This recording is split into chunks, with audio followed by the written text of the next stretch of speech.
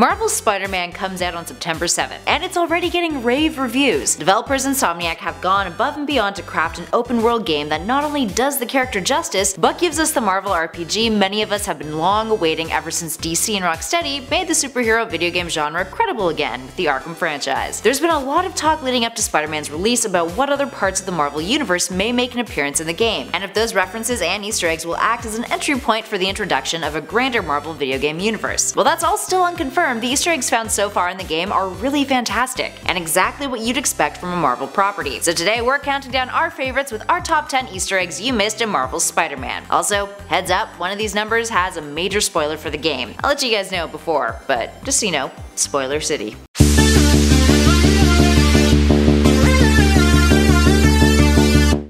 At number 10, FOGWELL'S Gym. Throughout the city, you can collect tokens for discovering various landmarks, and there are a whole lot of recognizable landmarks, including FOGWELL'S. Tucked away on a side street, FOGWELL'S Gym is where Matt Murdock, aka Daredevil's father, was trained. In Daredevil's origin story, he grew up in a working-class Irish-American neighborhood within Hell's Kitchen, and his father Jack was a boxer who raised him. He also looked after Matt after his accident that blinded him and gave him his heightened senses. Now, Jack is eventually killed by gangsters when he refuses to throw one of his fights. This is the gym where he trained, and it isn't the only landmark associated with Matt Murdock in his past either, but we'll save those other ones for another video. Moving on to number 9. Alright guys, this is a number that has a major spoiler in it, so perhaps skip ahead 30 seconds if you don't want to see it. Ready? Alright, good. Goblin grenades. If you take a look around the Oscorp headquarters, you'll spot something really cool on one of the desks. They're prototypes for goblin grenades. Seems great now until we get those lobbed at us in the game's sequel, which seems pretty inevitable at this point. Speaking of sequels though, there's a post-credit scene in the game that very much implies that Norman Osborn will become the Green Goblin, and reveals that his son Harry is in a pretty bad way, setting up some serious motivation for the character. Check it out.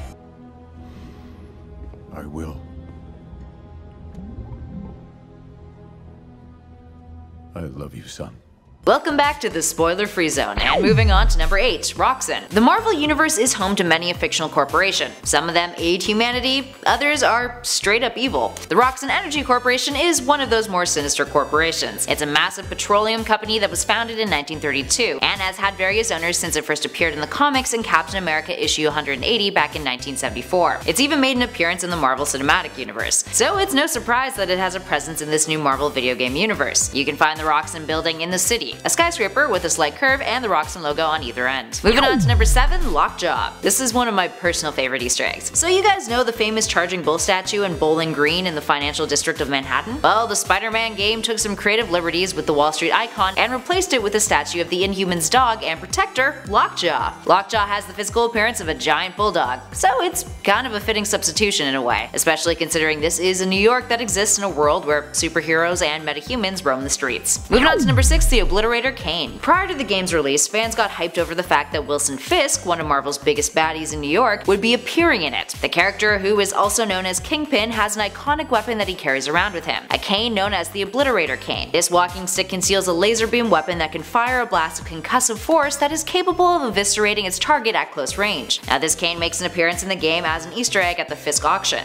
and its description reads, "Walking cane, 20th century, a very rare enamel, jeweled, and pearl set walking cane with concealed features." Wonder what those features could be. Up next, number 5, Stan Lee. Of course Stan Lee makes a cameo in the game. He's in every single MCU film and has had made cameos in almost every Marvel live-action adaptation over the years, so this should be no surprise. You can find Stan being his adorable self in Mix, a restaurant that Peter Parker and Mary Jane Watson hang out at. He's the owner. Side note, this isn't the only Spider-Man game that he's made a cameo in either. He showed up in 2012's The Amazing Spider-Man and was actually a playable character. Check it out, he basically has Spider-Man's powers and it's pretty insane. Up next, number 4, Damage Control. Damage Control is a company that, when first appearing in the comics, was owned by Tony Stark and Wilson Fisk, headquartered in the Flatiron Building. It's a construction company who specializes in repairing the property damage caused by the fights between superheroes and villains. Those familiar with the MCU would recognize the introduction of the department in the recent Spider-Man Homecoming movie, where they collected alien debris that was left behind from the battle for New York from the first Avengers movie. Now in the Spider-Man game, it also makes an appearance in the financial district, but no damage is seemingly controlled by it, at least that we can see. And at number 3, Avengers Tower. The Avengers Tower tower Easter egg was one that fans had picked up on in early gameplay demos of the game, in which it was visible along the skyline. Now that we can get up close and personal with it, it's just as awesome. Plus, if you climb it, you get a trophy, which is pretty neat, but you can't enter inside of it. Its presence in the game has spawned a lot of speculation though as to whether or not this means that we'll be getting that full-blown Marvel video game universe that we keep bringing up. The fact that the Avengers exist in this world could be simply just a nice little detail, but this could also be the groundwork for other games based on other Marvel characters. If there's one thing Marvel knows how to do, they can manage a franchise and make it profitable. So based on the success of Spider-Man, it wouldn't come as a shocker if more superhero games developed by Insomniac are put in the pipeline. Moving on to number 2, Sanctum Sanctorum. Doctor Strange's Sanctum Sanctorum, much like our last number, is a very awesome detail featured in the heart of the city, but